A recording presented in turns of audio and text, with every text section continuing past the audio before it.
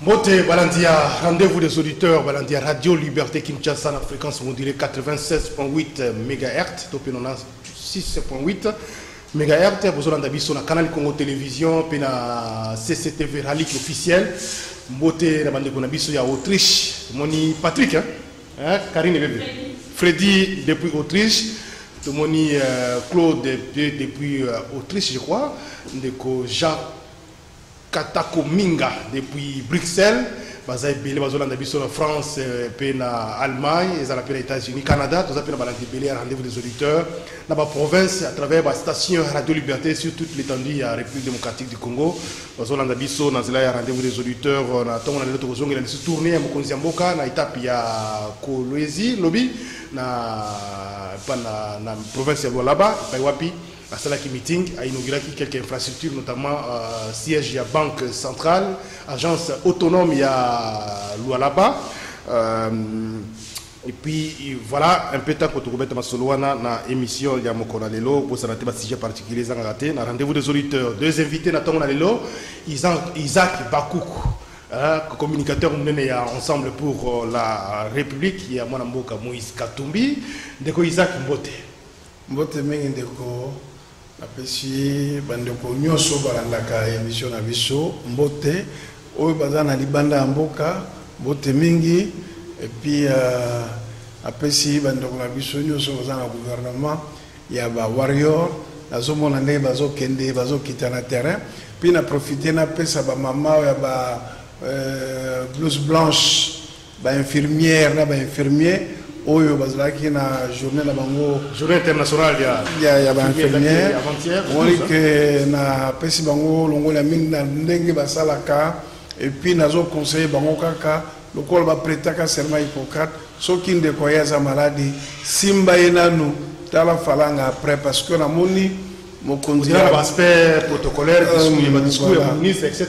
mais le moins intéressant qui nga parce que le ministre bakisa prime na biso mais problème est prime liboso bango bakataka ndai que soki ba moni mutoza na bokono a commune na monganga basimba ye pa batu musu bazali ona aye akufi liboso monganga simbiete lokola mokonzi bango sika aza ko bunda pour la couverture sanitaire universelle la kanisi bakozali sur la poste sanitaire parce que mutunyo sur le Congo a kozala couvert na assurance maladie ndeko danu kifula kibabiso mwakala ndeko danu mbote ndeko jamais dali oui ça va na rythme Congo ndeko Félix tozako bunda malembe très rapidement merci jamais da sujet particulier na ngai avant na yibisa bandeko babenga kinga ba docteur par rapport ya moi salaire na bango bazako le bafom ministre ya sika atala yango to ko le bagake no il faut to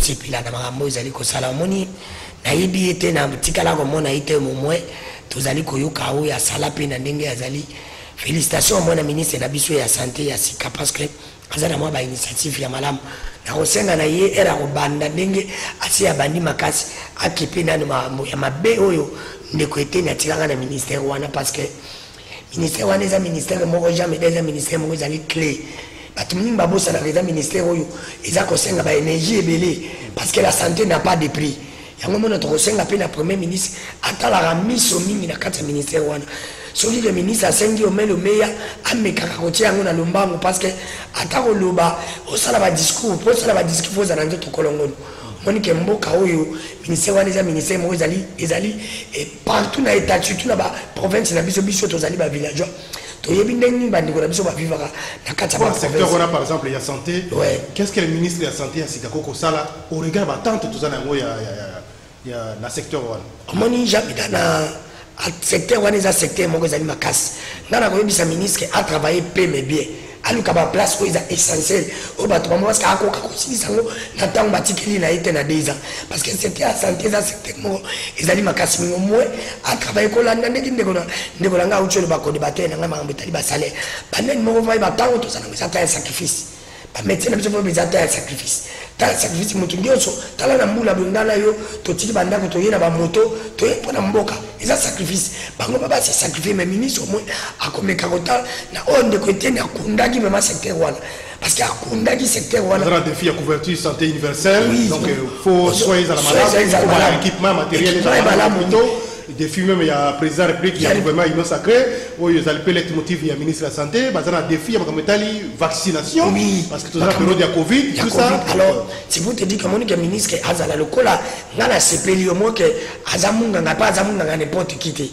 Azamunga ngoto yebi même na poto même awazaki na dispensa munga azaki munga na sukuma kokie zate so misolezate ça va compliqué aussi yango mona ngana zo senga na premier ministre déjà deuxième ministre oyo jamais na soki na Congo lelo parmi ba deux ministères eza ba ministère il faut batia financement na yemakasi soki ya sengi batia financement yepe au moins amiloba aluka ba communicateur ya makasi ba meka ko communiquer parce que peuple soka yebi de kozala eloko était na zaki nango communication zaki ya mabe alors que et puis ça nyonso yango to la ministre vraiment oui parce que vous même vu sur la rythme on a le ministère de la santé comme tu continues sur la carte effectivement dans le placement peut-être aux un sujet particulier qu'on rajouter en termes il y a bon c'est vrai là où tu deux défis majeurs il y a pour relever dans le secteur wana comme état couverture santé universelle comme état vaccination dans la période où on a Covid pour l'épidémie pour le bunda que situation est instable peut-être aussi les pourquoi pas.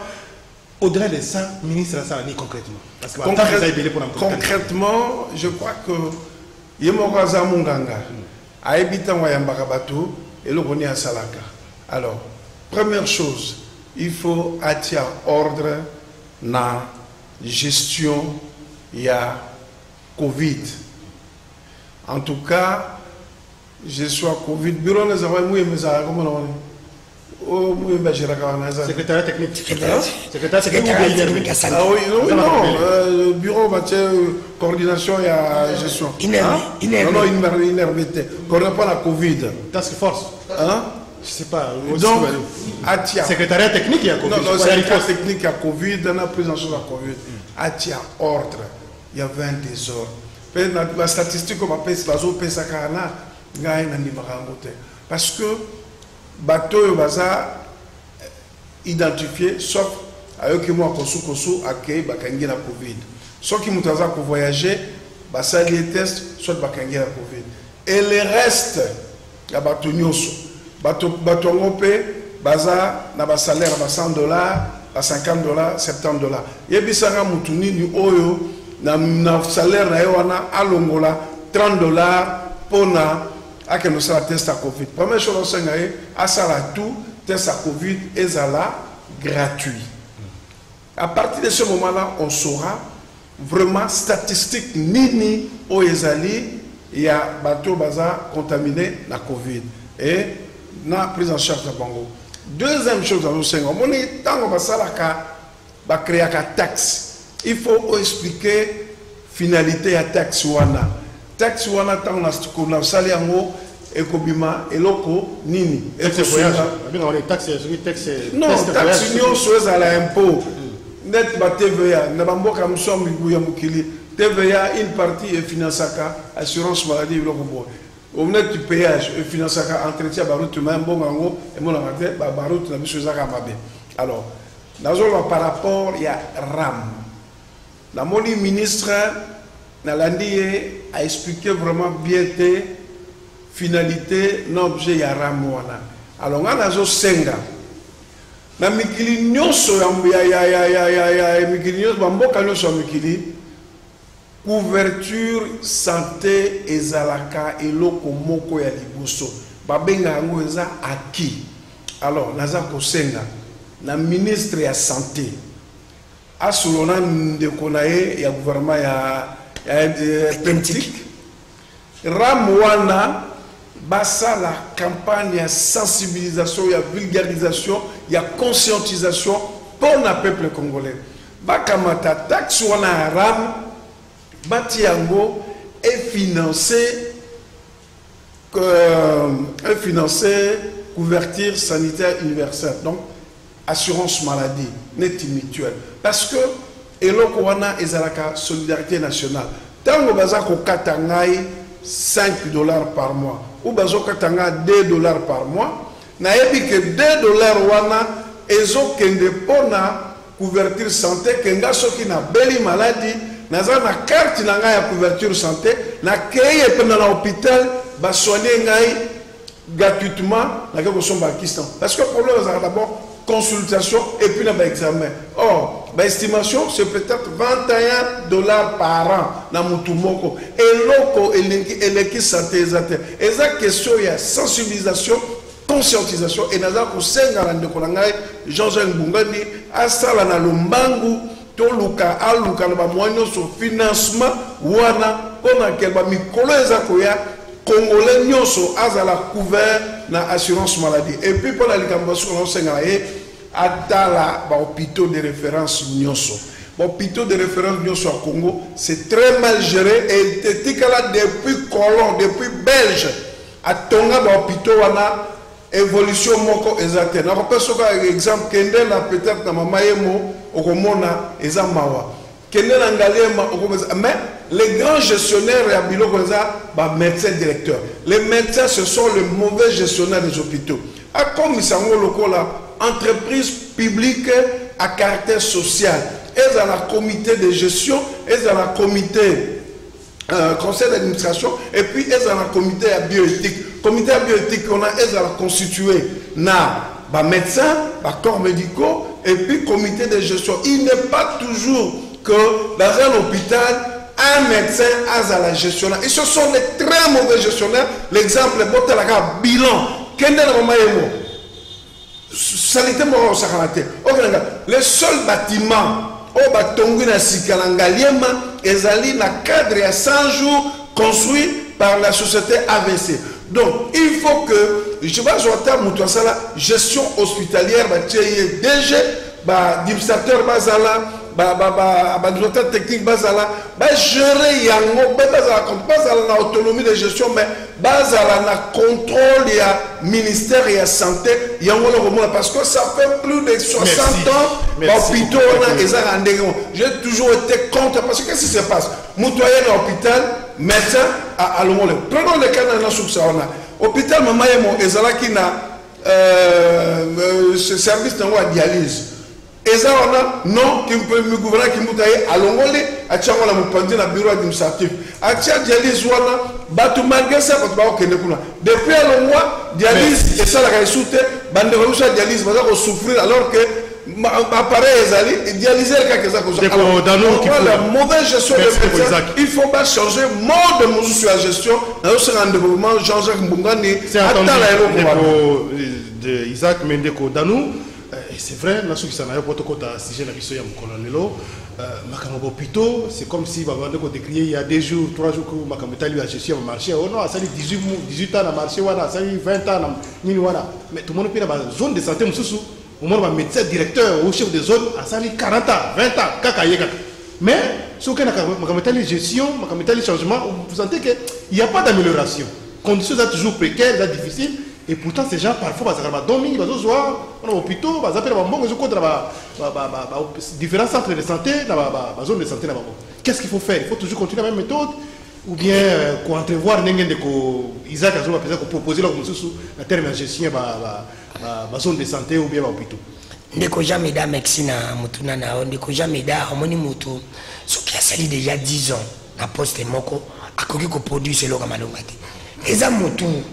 Et ça montre l'embaka. Au senti que non, tu as beaucoup donné comme na souffle na yo. Il faut changer. Réforme, il faut qu'on dans le domaine de la santé. Parce que nous avons un très capital. C'est pas métier vraiment parce que un bon gestionnaire. Pas métier en soi. Parce que un bon gestionnaire. Normalement, il faut qu'on tire kabao na musara. Ngana olobelo mo fatala neti na hôpital na biso toki na Kitambo, na maternité Kitambo. Pe bilo comme on ba docteur. Docteur médecin général a sali dans l'hôpital na yemo. Malade mzee atindi à l'hôpital na yimoko babilo ko na docteur munga yanzana makambe belé ya kosala ya omona ngana sengi ne soja meda secteur wana ezali yo balobaka kuna tozala na opposant tozala na pouvoir te biso nyonso to bela tozala ndenge moko c'est pour te dire ça secteur mo konza mboka na premier ministre faut batiango mayele ebelé parce que le secteur wana na Congo oyo tala modèle mboko ezala souffrance to bela pamba et là omona na capitaine ndeko na ngalobi ça le bon mani kolikolo. Maintenant, réfléchir dans Manubana, c'est très capital. Et donc, Italie, Ramo, on ne jamais là toujours à moi à voyager. Il fallait ceux qui va solo lit. Parce que peuple, ceux qui va solo lit, avant nous, cause on a nous encore appliqué en haut, il faut que vous ayez un média et dans la macasse qu'on fait communiquer bateau. Oui, bien jamais là, nous devons faire pas un bon temps aux premiers souhaits. Alors, la belle pas confirmé même aux premiers souhaits. Tandis que les premiers souhaits faisaient les gens qui acquis, n'avaient pas gratuit. Nous avons dit que pakata mbongo boy mais les arracher la belle dans un traitement ya ofélé on se montre que ça babilo moko ngala mituni mais kapola koyeba ba tout ça comme na pouvoir pour ça na ba ce maela ngo balongola bango ce qui ndaka wapi parce que secteur wana ya ram et la secteur moko fallait ba luka moyen pa pesa contre ba misene tia ça ngai ndeko danu na bike so bazo katanga ba crédit nanga na bike zo kende o kauna beli yake karine be ba bike ce qui a beli akokende kozwaka meme cela est gratuit na parce que bakataka imambo moko et aux habilo comme vous allez quand même innovation mo ya osalema na Congo na biso c'est tout le monde qui va apprécier moi je crois que maintenant comme on a un problème italien na ministère de la santé il faut pas payer vraiment ba énergie pas payer vraiment ma coquille batikaye et là on va payer la nini et ya olinga sala makamuna ba réforme on va commencer ba kal ote kuna basimba katete batika moto na moto hata la philosophie parce que c'est un métier ayebi nini oh il faut la paix auji na mikila poto ayebi nini faut que ça na domaine parce que il moi ça mon domaine. Merci beaucoup. Donc monsieur Zabiloko wana lobby dans lobby c'est capital hein. Ministre azali responsable dans le secteur naie mais tant que ça na innovation mais ba pesanteur politique tant que bon comme ko tia madame Nzela et que ça la qui retarder action politique. Donc ça aussi c'est il faut décourager. Je ne pense pas. Je ne pense pas que un praticien comme Jean-Jean Mbongani a concédé dans ma caprice. Parce que Azan a mission. Il est médecin. Et Ayebi. Prédécesseur n'a pas été médecin. Non, Azan Monganga. Comment c'est succès dans la mais papa, Azan Monganga, Oyo, profession. A presté la Mboka ya Mindele. A soigné Mindele, a soigné Biso Batoumundu. Et le cabinet, c'est un des cabinets les plus réputés à Bruxelles. Donc, le problème est à la mission. Ayebi, c'est que couverture médicale. Comment se fait-il qu'à chaque fois, bande konabiso pas qu'on se faire soigner à l'étranger? Un pays comme le Congo, nous pouvons mettre toutes les dispositions nécessaires que tous les meilleurs hôpitaux, compétences et invités. Les meilleurs médecins en Afrique du Sud sont des Congolais. Les meilleurs médecins dans la Belgique sont des Congolais. En France, moi je connais un type comme Dr Sangana, directeur, un grand chirurgien, aucun hôpital d'Ixelles, un grand chirurgien, aucun le colonel Oussadoussou, un grand chirurgien. Ce n'est pas les compétences qui manquent. Il faut une politique de mettre le moyen nécessaire pour permettre aux médecins. Ah, bah, finga qui karma pas. Mais karma pas avait raison. Bah, pesa bango. Va changer gestion, mode de gestion, il y a hôpitaux na biso. Et comme à lokola Onatra, et comme à lokola Ogefram, et comme à lokola OVD, et comme à lokola au fil des routes, base à l'autonomie de gestion, base à la bilan, chaque année, ils doivent donner le résultat de la gestion et puis base à la mandat, tous les 5 ans, allez, renouveler parce que ce n'est pas possible. Les médecins de son le sonité, aucun hôpital, pas besoin de personne, et ça qu'on souhaite. À tout à l'heure, l'hôpital Ngaliema, depuis le premier bâtiment, bon bâtiment, c'est le pavillon 5 que vous avez construit. Alors, et là, pour nous, ceux qui vont me méquer, ceux qui il faut évaluer et changer le mode de gestion. Le mode de gestion, c'est une entreprise publique à caractère social et puis ils ont un contrôle. Mais la gestion de la ville, mais la ville, la commune, la conseil d'administration. Merci beaucoup. Voilà les trois propositions. Il y a des hôpitaux aussi importants dans beaucoup sur lesquels les bâtiments couleur bien, peinture kitoko. C'est vraiment bizarre. Bizarre, parfois même, les draps ont changé, c'est un problème. On ne saura pas les citer ici pour éviter, mais en tout cas, j'ai constaté ça dans l'hôpital Ebélé. Il y a Kinshasa, les Kitoko Libanda, le côté Nakati, c'est vraiment un autre problème. Tam sous plafond, les a pesé, malamouté. L'environnement peut essayer de faire ça à Kitoko, tout ça au quota, et puis ça a confiance. Mais ils sont. Médecins à propre, minga à propre. Sauf qu'il y a un hôpital, il y a un médecin, soit médecin directeur dans l'hôpital, mais quel est l'hôpital? Il a tous les appareils, il a tous ses propres, tous ses ressources. Donc les gens travaillent au détriment de la République, mais ils gagnent l'argent de la République pour se faire enrichir et arranger leurs hôpitaux. Merci. Il en a aussi pour les Désormais, autres. à rendez-vous des auditeurs chaque semaine, on va nous retrouver pour la Colombie, chaque secteur, il y a un département, il y a chaque secteur, il y a vie nationale. Donc, on va échanger avec mes invités, peut-être des spécialistes dans le domaine. Rendez-vous des auditeurs, ça va aussi accompagner, diriger le secteur, peut-être qu'on va améliorer, peut-être qu'on va critique, positive, négative, pour l'avancement du secteur pour l'intérêt général. Dans nos qui font la présidente de la République, elle continue à Zakilobi, à Lualaba, qui discours, c'est de l'actualité. Discours centré sur la sécurité en Boka, à lobby vision pour la sécurité, à rappeler pourquoi Kabon avec les FCC, caprice pendant les 2 ans, ça n'a pas marché, malgré le conseil, malgré l'orientation, finalement, j'ai décision au Kataliba, puis qu'on soit décision pour l'Union sacrée de la nation, les lots, à lobby, la comment, l'Union sacrée de la Moussala, l'espoir c'est que ma changé, à qui est la Makamou, tout le monde va ni wana, est-ce que contrat ils ont la gagnant parce que c'est ça son vœu au tonginda kuna na poto tonga pe munda kuna Lualaba tonga pe kuna Congo au salimelo ko bien ils ont la gagnant tout ça se retrouver ils ont la teke mutoya ki maboko pamba mais il y a comme patron millionnaire na mboka na biso. C'est un bon discours pour les chefs de l'État, ça tombe à point nommé. Finalement président il faut banasco tourner le terrain pour vivre makamala yemo kuna miso. Ndiko jamais da Mexique na motuna na yo je crois que jamais dali oso balobaka ngo musicien moko ayimba ke batonga mboka na maloba te. Oui, bien, l'oko na ndeko dano qui faut la sentir na pouvoir ya ndeko Félix ezaka maluba. Ndeko Félix azana ba promesse moko je dis jamais vu.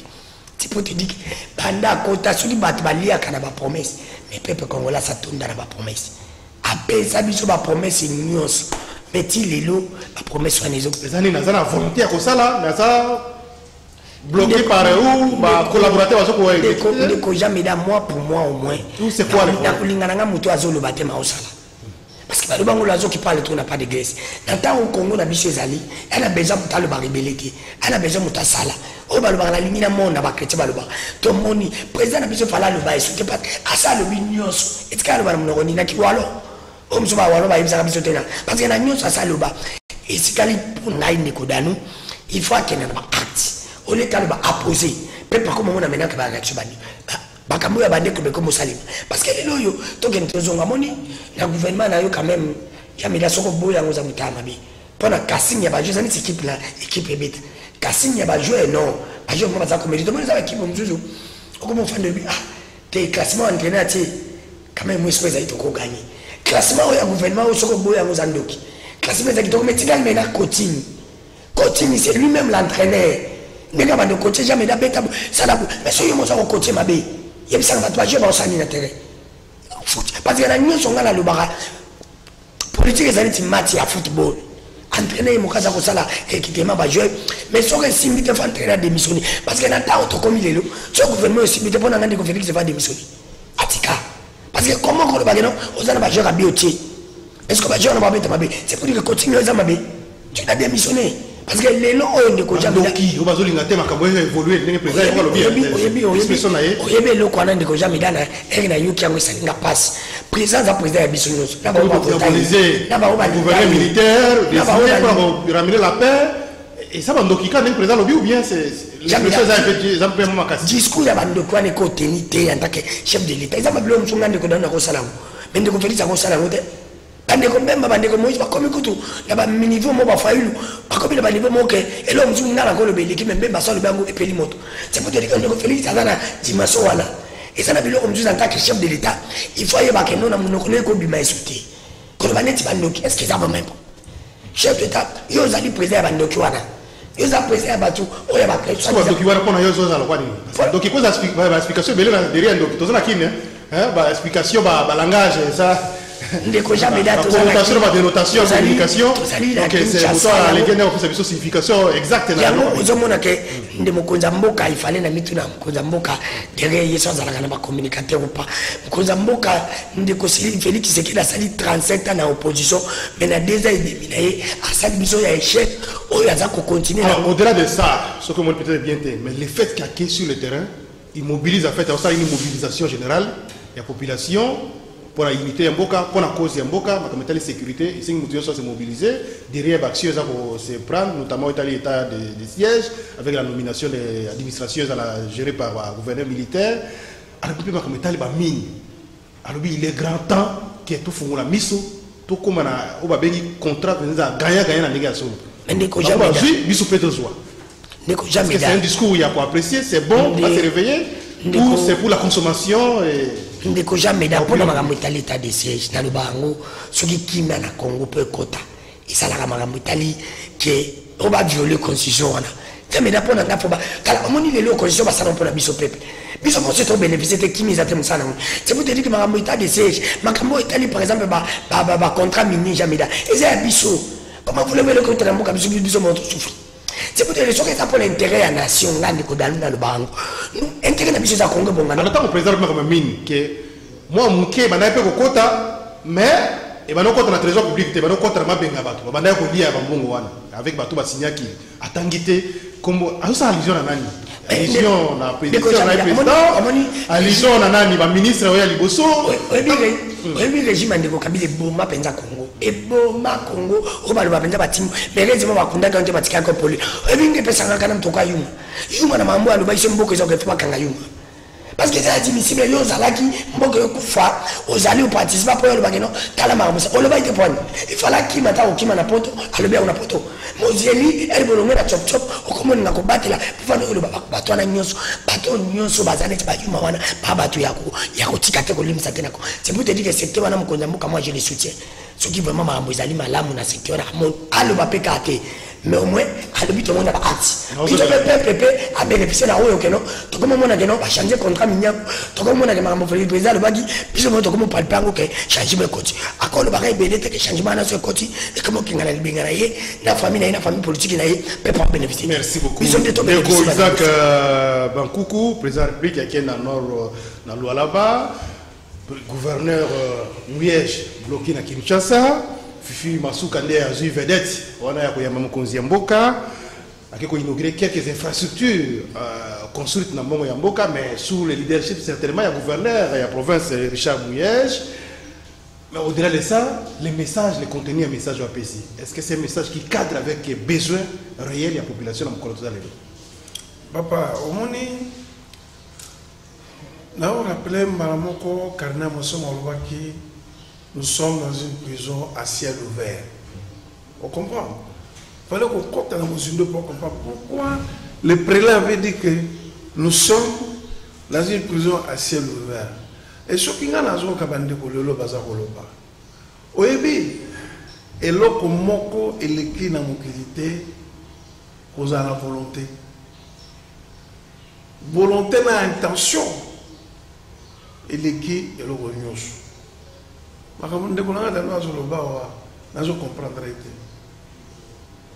Tout est dans les boulous sur tout le plan. Ma promesse n'est l'équipe. Ma promesse.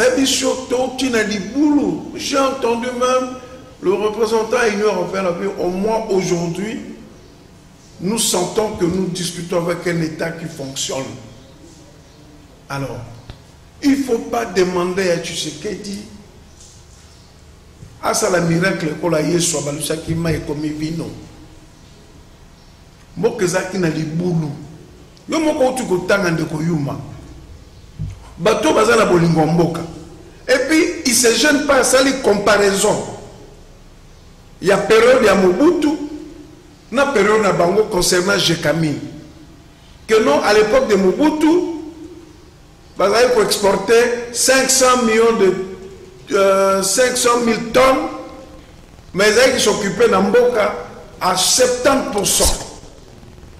Na Afdel, Bafandi, comme ils exporter 1 million de tonnes, même 17%, et ça, Kokorate pour là-bas, Baba Bongsamboka.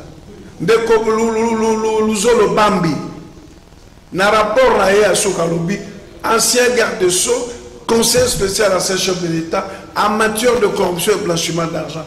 Alors, 16 milliards échappés à Naboka chaque année. Alors, nous tout le temps, parce qu'à Moni, à Yebi, capacité, potentialité ya mboka oyo.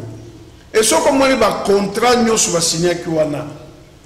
Ce comme on y va société wana, actionnaire baza banani.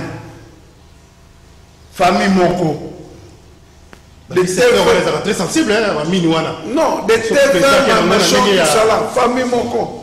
Même la plaque d'immatriculation, l'État a un monopole. L'État a un pourcentage. Le passeport, ça a été la même chose. Et Yébissanga, avec quoi on va construire le pays, ce qui est à l'État, et ça n'a beaucoup à bateau. Le président de la République, il a raison. Et puis, il a raison. Et puis, il a espoir que non, il peut transformer ce pays parce que potentialité en Boka Oyo, Congolais a vu la priorité. Dans le cadre de un contrat, il faut que vous allez gagnant. Nous avons que nous avons signé un contrat dans MEDA, MEDA a besoin de 50%, 40%, 60% ou vice-versa. Mais le Congo était dépouillé au profit des individus. Au profit des individus.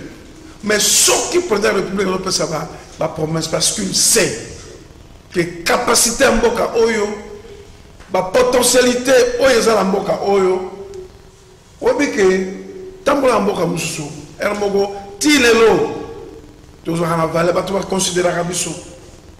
Rien que par la superficie de notre pays, n'a pas de monde à Batanga, Biloko, et aux Anamboka Nabisso. Mais il faut Bisso Moko. Toyeba, soit prenez le vidéo, tu sais les contrats, vous exploiter, tu transformer la matière en awa, si vous voulez. Quand transformer, ça veut dire qu'on va créer de l'emploi. Bon, transformer, non, mais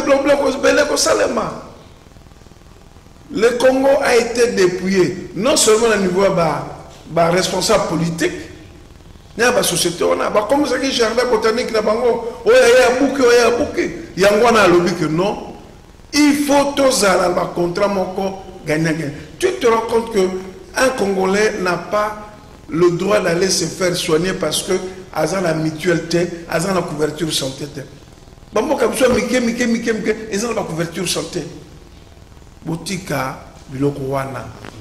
Président Koutimbo Kanali Boulou. Dans le contrat qui mal négocié. Et puis, mon cœur va négocier qui m'a bien. Bon, le contrat lyonnais. Non, mais le régime passé. Le régime, c'est un peu vague, hein? Bon, c'est pas vague, mais yoka, toka na bien. C'est que vous oubliez qu'il y a un principe à l'État. Ceux qui ont géré qui micro oyo. Ceux qui ont bon là, personne ne peut te demander à te justifier. Mais ce qui est bon, il y a l'État. Papa, il faut justifier Yango. Là, on peut faire exemple. Il y a 15 millions, il y a pétrole chaque année. Il y a un médaille en tant que journaliste. Il y a un makamouana. Mais quand il y a 15 millions de dollars et puis chaque année dans le niveau pétrolier. Pendant 18 ou 20 ans, 15 millions on a existé en Europe. 15 milliards de dollars. Et donc, à Gombe, Banda cause Bela, dans l'époque à Kalina, Congola Zagranda Bouta, aux ministres et habitat. On s'attribuait Ndakou à l'État, il y a un conflit d'intérêt, au lobby, tout s'est passé dans la légalité. Est-ce que la promesse c'est belé, c'est bon ou bien Moussa est belé, mais je pense que Azana projet, Azana planning. On a ça, il y a raison dans la Bundes, en Allemagne, je crois. Bonjour Jimel, je donne raison à Danou. Trop de discours, tue les discours. Le peuple veut voir les actions. Non, mais le tout discours, je vois que les gens dans Tanganyika, na Lolaba, à ce moment-là, de côté. Après, c'est vraiment vision dans la montée. Il faut sur le peuple à Yoka. Parce que c'est le président de la République, c'est le dernier rempart. Il doit rassurer. Il doit rassurer. Il doit rassurer. Les gens parce que la société minière, il faut exporter. Et les Congolais artisanaux, non, il faut mettre de l'ordre. Et c'est le seul qui peut rassurer le peuple congolais. Donc, discours, ça va. Mais lorsqu'il y a l'intention, il y a la volonté, et tu vois que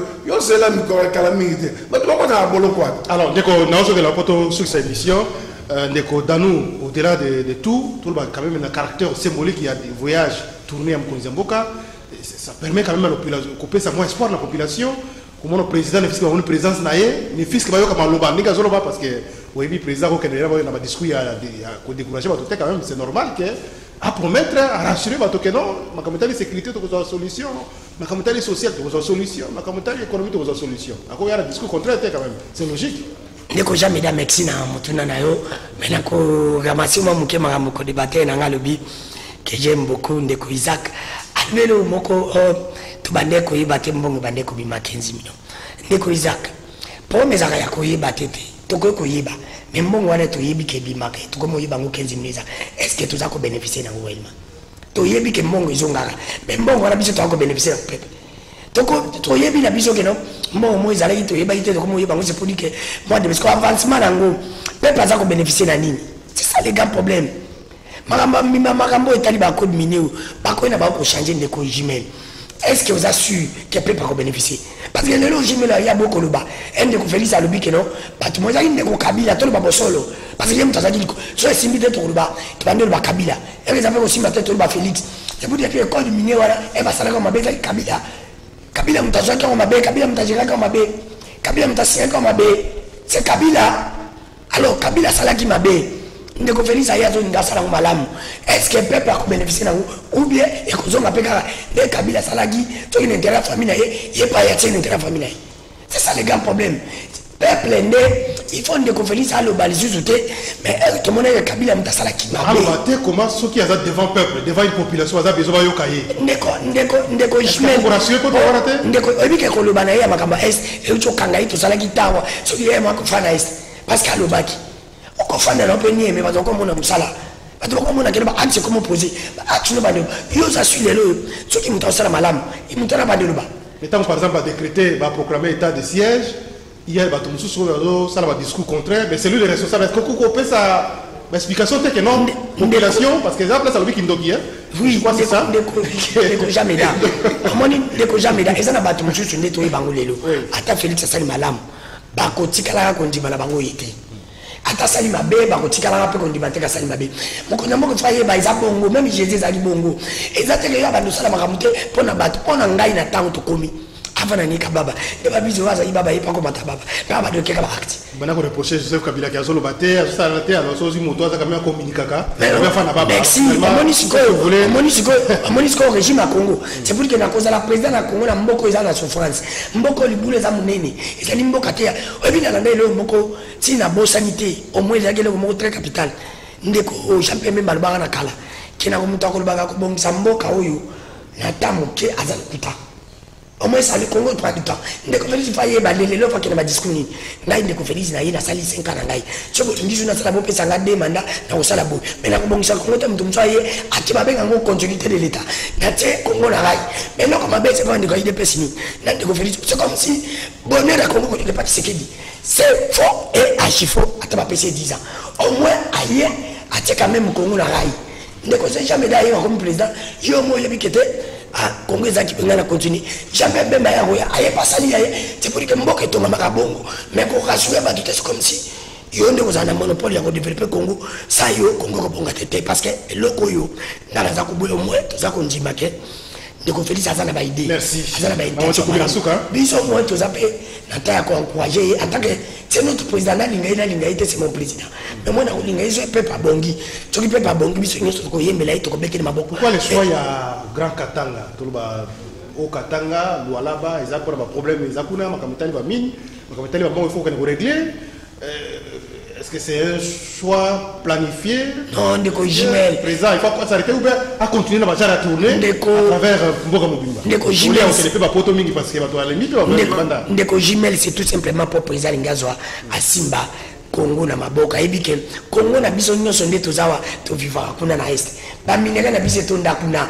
ye pa linga za na gestion na ngone ndeko kabila za na gestion ndeko kabila za na gestion na ngba Parce que mboka te ça dans la gestion ya contrôle ya azolinga pombe ya azolinga ya kuna zo biso azolinga pas est-ce que yanga na mituni question kozala na gestion akatanga mobimba est-ce que intérêt ya peuple kozala to senga ni ndeko Félix Kino toka zu gestion de peuple pas mona amona ke oui la solo abandeka ko ba mingi te mais to ça comme parce que koza pende ko jamais d'aller nous espérons ça parce que il a dit hein alors il faut ça la paix bon la peuple pas mona ke bon le bimaki ba tongi kuna ba c'est ça les grands problèmes nous espérons que ba acte vous parce que ba voyage il faut arracher ba revoir ba contrat je crois que vous allez sur ce problème peut-être pour la mission de Isaac Bakoukou parce que souvent ba bloc on a mine le problème c'est que le président lobby il faut y aller avec brutalité ce que l'Ingo a exploité mine à Congo il y a Kanamoué koya na butute kubutu azanini bitumba wana bazobondisaka pona bazwaka minerai na ofele na ville pris en complicité avec les pays voisins et aujourd'hui état d'urgence ils ont gêné mais c'est révélateur. Si 3 jours sur 4 jours, ça sera révélateur. T'as des sièges. Ça sera révélateur. Alors, il y a mon homoni, le président pour ça la tournée. Bah bon, ça la tête que, bah ici nous y a mis nous na batonga yango, na mbongo ya Grand Équateur. Café, cacao, tout. Tout ça. Avec tout le coup na Congo, na Sidoubangi, Équateur. Oui.